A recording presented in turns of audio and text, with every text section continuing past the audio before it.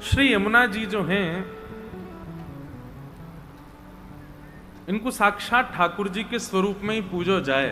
पुष्टि मार्ग में तो आप श्री यमुना जी के चित्र कभी भी देखेंगे तो श्री यमुना जी ठाकुर जी की तरह मुकुट पहनती हैं, ठाकुर जी की तरह ही श्रृंगार करती हैं, ठाकुर जी की तरह ही सब यमुना जी का भाव होता है। उसके पीछे एक कथा तो मैंने कई बार सुनाई है कथाओं में कि श्री यमुना जी जो हैं वो ठाकुर जी के रूप में क्यों रहती हैं।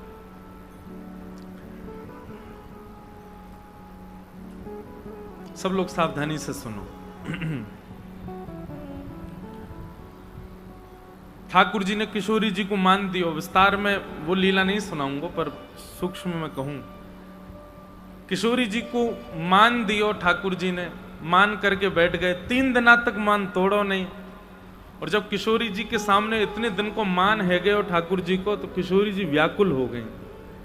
तो किशोरी जी की व्याकुलता को दूर करने के लिए यमुना जी ने प्रण लिया कि हम ठाकुर जी को व्याकुल करेंगे।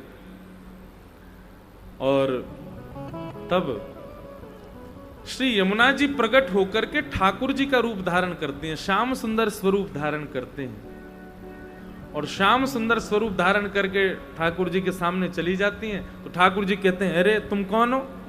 तो यमुना जी कहती हैं, हम श्याम सुंदर। ठाकुर जी कहते हैं, श्याम सुंदर तो मैं हूं। बोले, तुम श्याम सुंदर नहीं हो, हम हैं श्याम सुंदर। तो ठाकुर जी बोले, तुम श्याम सुंदर हो तो वंशी दिखाओ। तो वंशी दिखाई, बिल्कुल वैसी वंशी जैसी ठाकुर जी की। अच्छा, ये वंशी तो तुमने मेरी देखा देखी बनवा ली, लेकिन कारी कमरी दिखाओ जो यशोदा मैया पहनावे। सोई यमुना जी ने कारी कमरी दिखा दी। बोले, मेरी मैया कान के पीछे कालो काजल लगावे, तुम दिखाओ। तो यमुना जी ने वो भी दिखा दी। बोले, लो। अब यमुना जी बोली, तुमने जितनी बात पूछी मैंने सब बता दी, मैं तुमसे पूछ रही हूं, तुम बताओ। ठाकुर जी बोले, पूछो। बोले, किशोरी जी कहां है, बताओ। राधा रानी अगर आपके पास हैं तो आप असली श्याम सुंदर हो, मैं नकली। और ठाकुर जी तो मान करके बैठे किशोरी जी से। 3 दिन है गए मनाते मनाते किशोरी जी को ठाकुर जी मान ही ना रहे। अब तो ठाकुर जी किशोरी जी को खूब बुलावे। किशोरी जी बोली, अब रहो रूठे तुम, मैं ना आ रही तुम्हारे पास। बोले, अब तो बहुत जरूरत है आपकी आवे की, नहीं तो मैं झूठो साबित रह जाऊंगा। ठाकुर जी के पास किशोरी जी नहीं गई। तब यमुना जी बोली, आप नकली श्याम सुंदर, अब देखो हम बुलाते हैं। जैसे ही यमुना जी ने वंशी बजाई, सो ही राधा रानी उनके बगल में आके खड़ी है गई। ठाकुर जी तो महाराज नेत्रन से आंसू बहाने लगे, चरणन में गिर गए। बोले, अरे नहीं नहीं किशोरी जी, मैं आज के बाद कभी मान नहीं करूंगा, आपको वचन दे के कह रहा हूं, लेकिन आप कृपा करो मेरे बगल में आके खड़ी है जाओ। तब किशोरी जी ठाकुर जी के पास गई। तो ठाकुर जी ने पूछी कि ये कौन है फिर? बोले, ये यमुना जी हैं, ये आपके रूप में पधारी हैं। तब ठाकुर जी और किशोरी जी दोनों ने यमुना जी को वरदान दिया कि आज के बाद आप सदा श्याम सुंदर स्वरूप में ही विराजो। इसीलिए हमारे यहाँ जय जयकार बोलते हैं, श्याम सुंदर श्री यमुने महारानी।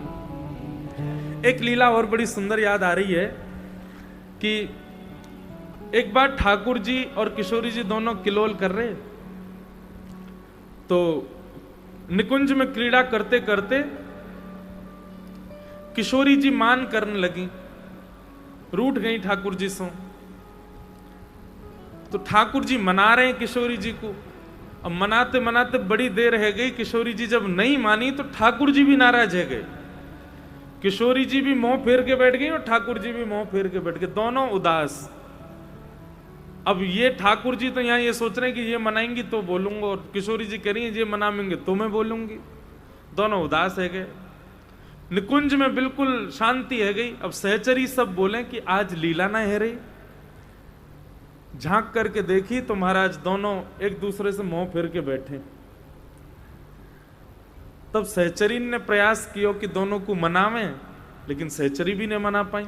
अब मान इतनो ज्यादा है गयो कि मान हेते हेते हेते हेते इतनी स्थिति में पहुंच गयो कि ठाकुर जी उठ करके अपनी निकुंज में चले गए और किशोरी जी अपनी कुंज में चली गई। इतना ज्यादा मान बढ़ गयो कि महाराज सब सहचरियां तो व्याकुल है गई, अब कहा होएगा। ठाकुर जी भी चले गए, किशोरी जी भी चली गई, अब लीला कैसे होगी? वहां सब सहचरियां, सब सखियां किशोरी जी से कह रही हैं, हे श्यामाजू आप मान जाओ ना। बोले मैं क्यों मान जाऊं, उनकी गलती है, उनने ऐसो ऐसो क्यों कियो, वो आमेंगे, आकर के मनामेंगे, क्षमा मांगेंगे तो मैं मानूंगी।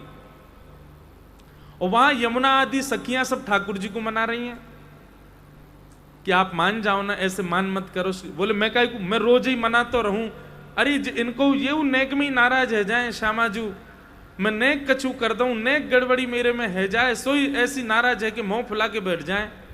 मैं नहीं मना रहा, मैं रोज रोज मनावे को ठेका थोड़ी ले रखो, नाराज हुए तो हो जाए, मैं ना जा रहा हूं मनावे। सब सखियां व्याकुल हो गई, अब क्या होगा।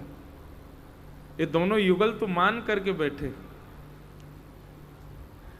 तब सहचरियां सब इकट्ठी हुई और सबने आपस में चर्चा करी। बोले अब कहा करें भैया, दोनों उनको मान कैसे दूर होएगा। बोले वहां ठाकुर जी कह रहे हैं वो मनावे आवेंगी तो मानूंगा, और वहां किशोरी जी कह रही हैं वो मनावे आवेंगे तो मैं मानूंगी, और दोनों ही मानवे को तैयार नहीं है जावे को। तो तब यहां ठाकुर जी के सहचरियों ने, ठाकुर जी की जो सखियां हैं, ठाकुर जी की जो सहचरियां, उनमें यमुना जी प्रधान हैं। तो ठाकुर जी की सब सहचरियों में यमुना जी ने कही, बोले ठाकुर जी तो जाएंगे नहीं, पर किशोरी जी को तो मनानो है, तो एक काम करूं, मैं ठाकुर जी को रूप धारण करके जाऊं, मैं किशोरी जी को मनाऊंगी। कहीं एक क्षण के लिए ही सही, मान जैसे ही किशोरी जी को टूटेगो फिर तो हम चरण पकड़ लेंगे, अब मान टूट गया, अब मान मत करियो, चलो निकुंज में। और ठीक ऐसी ही भावना किशोरी जी की सहचरी कर रही है। वहां ललिता जी राधा रानी जैसी दिखती हैं, तो ललिता जी बोली राधा रानी तो जान आ रही मनावे, एक काम करूं मैं ही किशोरी जी को रूप धारण करके जाऊं, मैं ठाकुर जी को मना लूं, शायद ठाकुर जी मान जाएं। अब दोनों मान करके बैठे और या भावना में बैठे, वो आएंगे तो मैं मानूंगी, वहां वो सोच रहे वो आएंगी तो मैं मानूंगा। यहां ठाकुर जी की कुंज से श्री यमुना जी ठाकुर जी को रूप धारण करके निकली है, और मुकुट धारण करके पीतांबरी पहन, बिल्कुल कोई कह ही ना सके अलग, एक जैसे लगे बिल्कुल। यहां से ठाकुर जी निकले और वहां से किशोरी जी निकसी हैं। भावना तो यह है कि ठाकुर जी के रूप में यमुना जी जाके मनामेंगी, और यहां ललिता जी किशोरी जी के रूप में जाके ठाकुर जी को मनामेंगी। लेकिन जैसे ठाकुर जी कुंज से निकले तो वहां सब राधा रानी की सहचरियां सब दौड़ी दौड़ी गई, अरे श्यामाजू देखो तो सही कौन आ रहे हैं। बोले कौन आ रहे हैं, बोले श्याम सुंदर आ रहे हैं, आपको मनावे आ रहे हैं।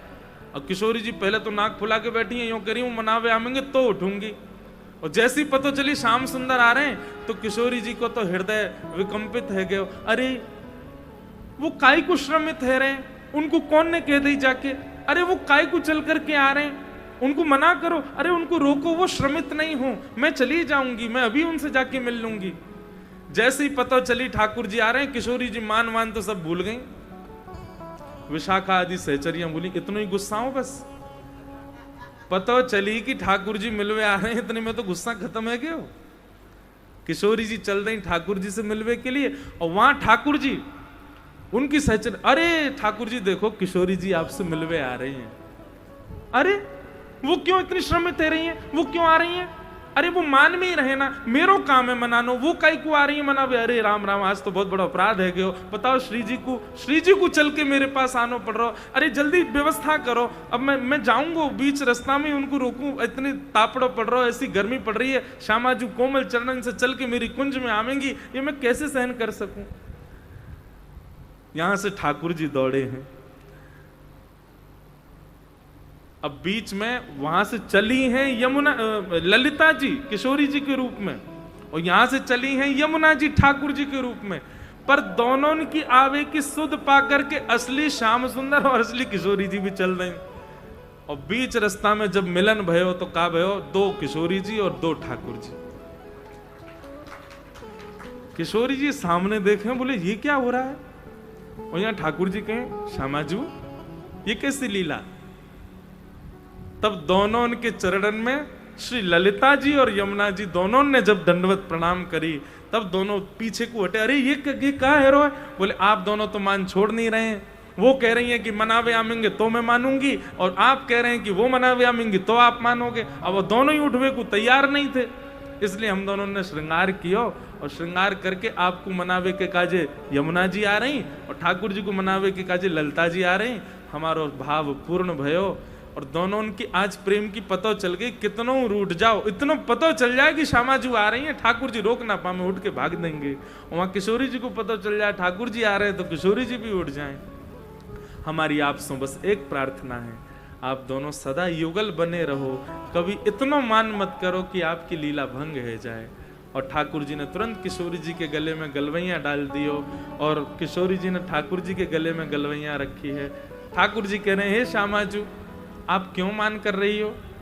बोले अब ना कर रही ना, मैं तो भूल गई कहा बात थी। ठाकुर जी ने वास्तव में वचन ले लियो, मैं आज वचन लेके कह रहे हूं, आज के बाद हे श्यामाजू जब मैं कछु गलत करूं तो आप मान करियो और आप कछु गलत करोगी तो मैं आपको बता दूंगा कि आपने कछु गलती करी है, श्यामाजू मेरी तरफ से मान कर लो। आप गलती करो तो भी आप ही मान करियो और मैं गलती करूं तो भी आप ही मान करियो और आप गलती करो ना तो भी मेरे बट को आप ही मान कर लियो, मैं ही मना लूंगा आपको। मैं मान नहीं करूंगा क्योंकि मेरे मान करवे से आपको श्रम है जाएगा। आहा, ठाकुर जी ऐसे श्यामाजू को निरंतर आनंद करामे। ऐसे सुंदर सुंदर भाव है हमारे ब्रज के कि उनसे निकरवे को मन ही ना करे। ऐसी श्री यमुना जी वो श्याम सुंदर के स्वरूप में रहती हैं और ठाकुर जी और किशोरी जी की लीला में कभी कोई विच्छिन्न ना हो, कभी कोई भाव टूटे नहीं, वह को पूर्ण ध्यान श्री यमुना जी रखें। ऐसी श्री यमुना जी को बारंबार प्रणाम। श्याम सुंदर श्री यमुने महारानी की जय। ठाकुर जी का विवाह यमुना जी के साथ में हुआ और इस प्रकार भगवान के 8 प्रमुख ब्याह हुए। अष्ट पटरानियों के साथ विवाह के पश्चात भगवान के 16,100 ब्याह राजकुमारियों के साथ हुए। ये 16,100 राजकुमारियां जो हैं ये भौमासुर नाम के दैत्य के यहां बंदी थी। ठाकुर जी गए, जाकर के उनको वहां से मुक्त किया और उनके साथ में विवाह किया। 16,108 भगवान के विवाह हो गए। आगे भगवान की दिनचर्या बताई गई। ठाकुर जी की दिनचर्या कैसी है? प्रातः उठते ही ठाकुर जी सबसे पहले किशोरी जी का स्मरण करते हैं। बंधुओं, एक पंक्ति हमारे ब्रज में गाई जाती है, वो पंक्ति स्वयं ठाकुर जी गा रहे हैं किशोरी जी के लिए। हमारी इच्छा है, आज कथा का विराम है, श्री गोवर्धन नाथ जी के चरणों में बैठे हैं। श्री लाल जी नित्य सुबह उठकर के किशोरी जी को जिस भाव से प्रणाम करते हैं उसी भाव से हम भी किशोरी जी को प्रणाम करें। राधे राधे करुणामयी कृष्ण प्यारी, राधे राधे करुणामयी कृष्ण प्यारी।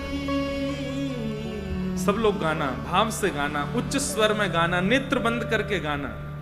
राधे राधे करुणामयी कृष्ण